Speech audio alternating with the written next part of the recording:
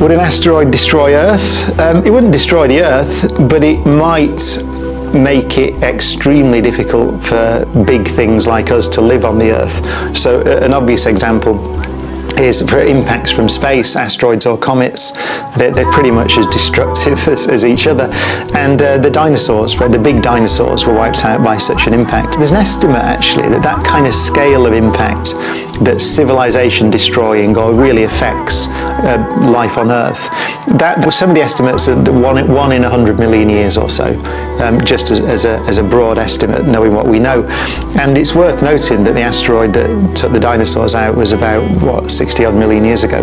So you know, if you didn't understand statistics, you'd say it's time for another one. Do we have systems in place to prevent that yet, or? We do. So we have mapping projects. So we think we've mapped all or nearly all of the big asteroids that cross the Earth's orbit. And we monitor them, and we have what's called a keyhole system, which means that because their orbits can change through gravitational interactions with each other or with nudges from Jupiter's gravitational field and things like that, so they can change orbits, these things. And so we have a thing called a keyhole system, which if they go through this point in space, then we get more worried about it when it comes around again, and then we start tracking them more accurately.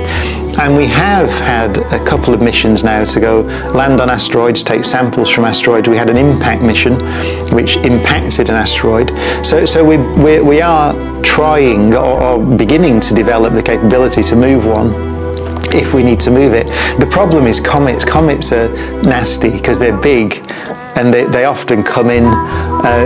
We don't know they're there, basically. We only see them when they're on the way in.